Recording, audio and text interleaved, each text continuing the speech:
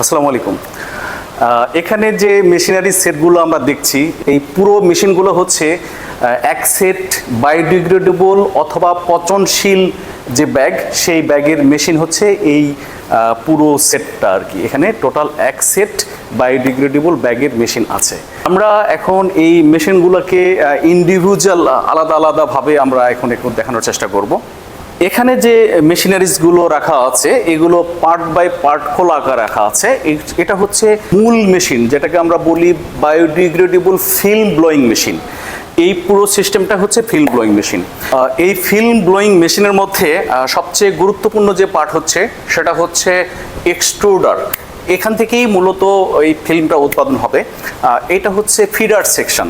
Feeder section আমাদের এখানে auto feeding system আছে, ড্রামের মধ্যে রাখা হবে আর এখানে অটোমেটিক টেনে নেবে। আর এইটা হচ্ছে আউটপুট। ঠিক এখান থেকেই ফিল্মটা উৎপাদন হয়ে অনেক উঁচুতে উঠে যাবে।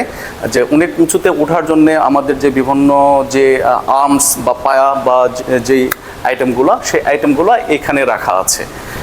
তো এটা হচ্ছে ফিল্ম ব্লোয়িং মেশিন। এই ফিল্ম ব্লোয়িং মেশিনের পার্টটাকে বলা হয় ট্র্যাকশন মেশিন, অর্থাৎ এই সবার উপরের দিকে যে পার্টটা থাকে সেই পার্ট হচ্ছে এই ট্র্যাকশন মেশিন। এর পরবর্তীতে ফিল্ম ব্লোয়িংয়ের মেশিনের আরেকটা পার্ট হচ্ছে এটা হচ্ছে উইন্ডার মেশিন, অর্থাৎ ব্লো হওয়ার পরে ঠিক এখানে এসেই রোলটাকে জড়াই ফেলবে। এটা হচ্ছে উইন্ডার মেশিন। এই হলো ফিল্ম ব্লোয়িং মেশিনের পার্ট। এরপরে আমাদের এই মেশিন সেটার মধ্যে যে জিনিসটা আছে ইনলাইন প্রিন্টিং মেশিন, অর্থাৎ ব্লো হওয়ার পরে আগে প্রিন্ট হবে, পরবর্তীতে এই উইন্ডারে আসবে, এখানে রোলটা জড়াবে, অর্থাৎ প্রিন্টিং হওয়ার পরে এখানে আসবে। আমরা এখন প্রিন্টিং মেশিনটা দেখব।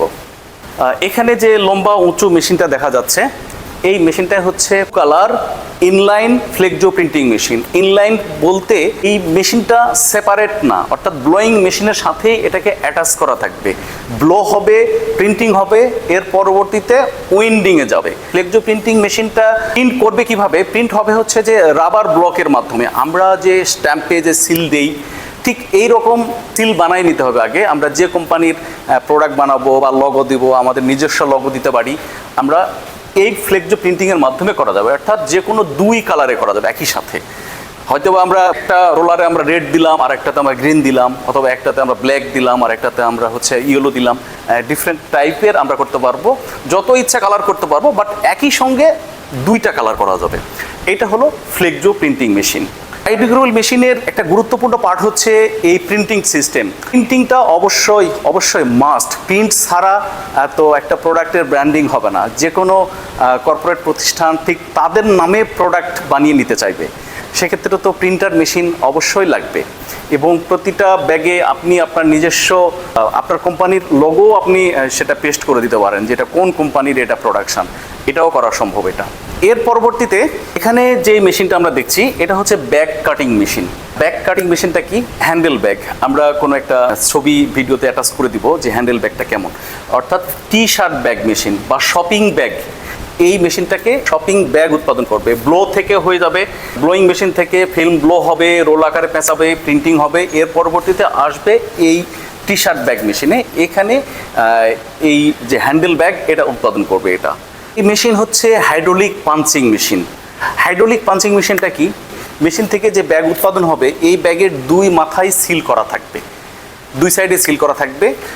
সেই ব্যাগটাকে নিয়ে এসে আমাদের এই হাইড্রোলিক পাঞ্চিং মেশিনে বসাইতে হবে।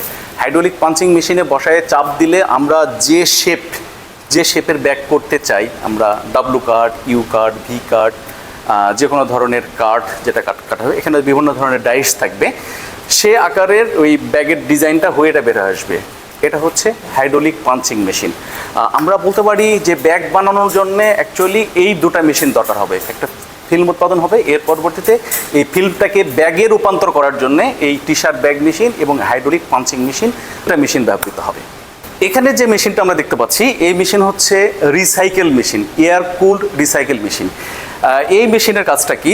এই মেশিনের কাজ হচ্ছে আমাদের যত ধরনের ওয়েস্টেজ পলি ঠিক বের হবে, সেই ওয়েস্টেজ পলিগুলোকে, এই যে ওয়েস্টেজ পলি, এই ওয়েস্টেজ পলিগুলোকে আবার এই মেশিনের মাধ্যমে দানা উৎপাদন করা যাবে। ঠিক এই রকম দানা আবার উৎপাদন হবে। যে দানাটা আবার আমরা ব্লোয়িং মেশিনের মাধ্যমে, শুরুতে যে ব্লোয়িং মেশিন দেখিয়েছি সেই ব্লোয়িং মেশিনের মাধ্যমে আবার ব্যাগ উৎপাদন করা যাবে। অর্থাৎ এই প্রসেসে বলা হয় যে ওয়েস্টেজের পরিমাণ এটা অলমোস্ট জিরোর কাছাকাছি। এটা হচ্ছে সেই রিসাইকেল মেশিন। এই রিসাইকেল মেশিনে এলডিপি, এইচডিপি এবং বায়োডিগ্রেডেবল এবং এলএলডিপি এই প্রোডাক্ট করা যাবে, কিন্তু এখানে পিপি করা যাবে না। এই পুরো সিস্টেমটাই হলো আমাদের ওয়ান সেট বায়োডিগ্রেডেবল ব্যাগের মেশিনারিজ। আপনাদেরকে আমরা আমন্ত্রণ জানাচ্ছি আমাদের ওয়্যারহাউস ভিজিট করে আমাদের রেডি স্টক মেশিনারিজ এগুলো দেখার জন্যে আপনাদেরকে আমরা আমন্ত্রণ জানাচ্ছি আমাদের অফিসে। তো আজ এ পর্যন্তই, ভালো থাকবেন।